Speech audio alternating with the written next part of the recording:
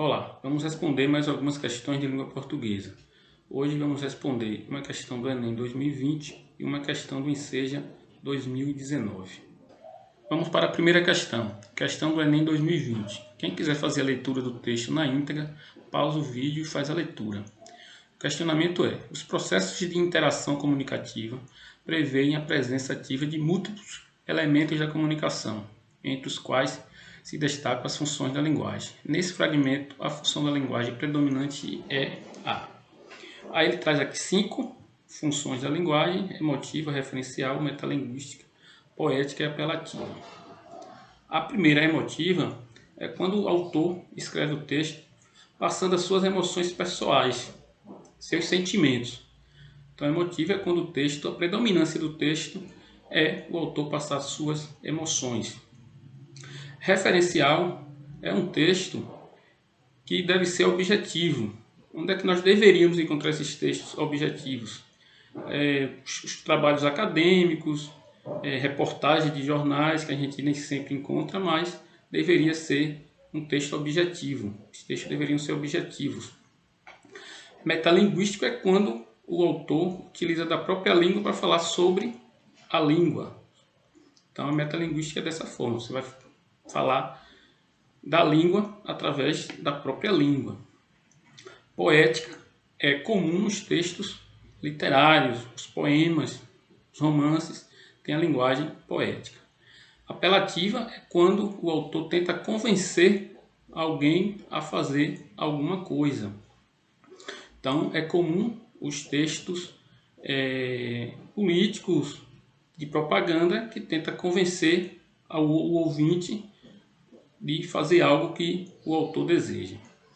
Esse texto de Manuel Bandeira, ele fala sobre a construção de um poema, ou seja, ele está falando aí sobre a língua, ele é predominantemente falando sobre a construção do poema, sobre o uso da linguagem, da língua. Então, ele é predominantemente metalinguístico. Então, a resposta correta é a letra C. Vamos para a segunda questão, a questão do Enseja do Ensino Médio 2019, que foi o último Enseja que foi realizado. O de 2020 será realizado agora em 2021, devido à pandemia.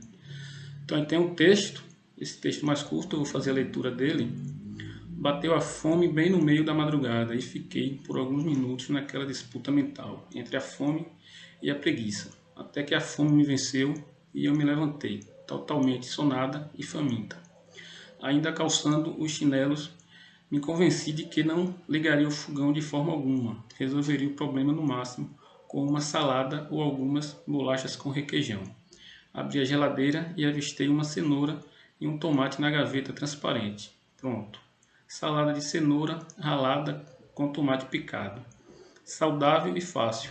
Mas ao abrir a tal gaveta, também avistei uma cebola bem no fundo, esquecida.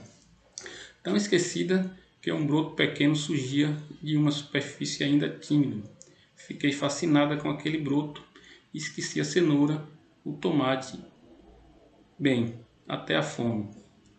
Então esse é o texto e ele pergunta o seguinte: um dos elementos que caracteriza esse texto como um diário é... Aí ele tem um gênero textual que ele dá, que é o diário. O que é que vai caracterizar um diário? Então a gente tem que observar também o gênero textual aí. Então ele dá um gênero, ele já diz que o gênero é diário, e o que é que caracteriza esse tipo de gênero, o diário. Aí ele coloca aí: uso dos verbos em primeira pessoa, predominância da temática culinária, apresentação de um fato científico, emprego frequente de adjetivos. Esse trecho em particular, ele não apresenta uma grande quantidade de adjetivos. Também não apresenta um fato científico.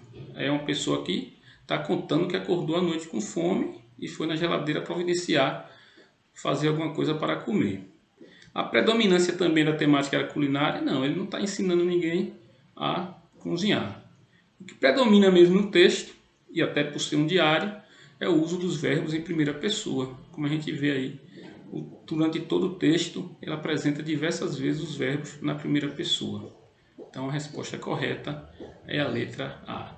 Se gostou do vídeo, dá o like, compartilha e se inscreve no canal. E até a próxima.